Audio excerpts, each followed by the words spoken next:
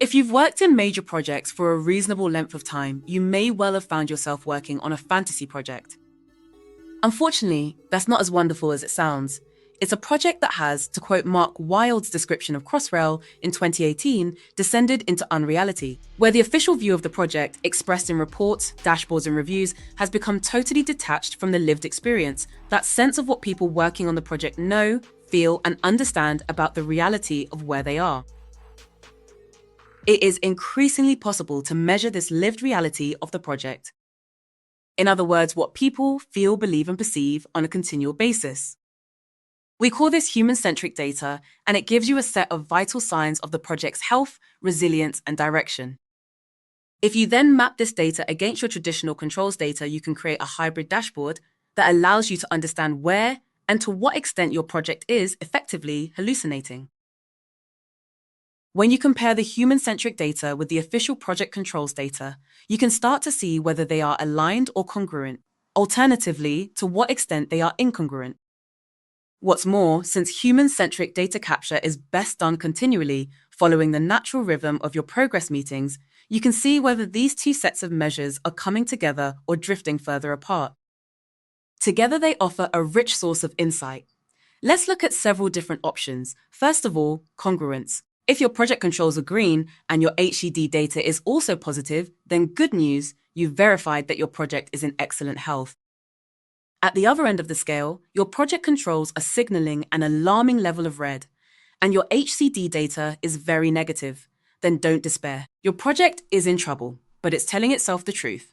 This is painful but essentially healthy, because recovery can start from reality. You need to look for obvious quick wins to turn things around and create positive momentum.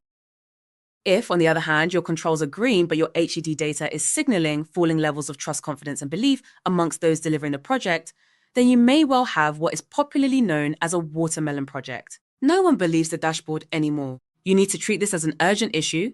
Look at your reporting chain to check for inaccurate data, conscious or unconscious filtering by those processing the data. Tackle the confidence issue, and you can start to turn the project around. Finally, if your project controls are red and yet your HCD is green, it may indicate a level of self-delusion, which would be alarming. It could also indicate that your team understand the nature of the challenge and have no illusions about what they need to do. You'd want to test that belief, but if it proves grounded, then back the team and give them the support they need to make change. Two other observations about human-centric data before we finish. Firstly, HCD is all about foresight. The process is as near real-time as it can be. Gathering data at the close of a progress meeting and sharing that data back with everyone involved within 24 hours gives you indications of the health of your project immediately and probably weeks or in some cases months before your controls data catches up with the problem. Secondly, the HCD cycle is a continuous improvement cycle, which means you are not simply measuring feelings, beliefs, or perceptions. You are enabling a process by which the team will sense check what's happening and co-create actions to address what the data is telling them. And you're then validating the cycle with the next round of data capture, which will show the impact of these actions on the project. To find out more about how human-centric data works or the Conguence Index, talk to us at Team Animation.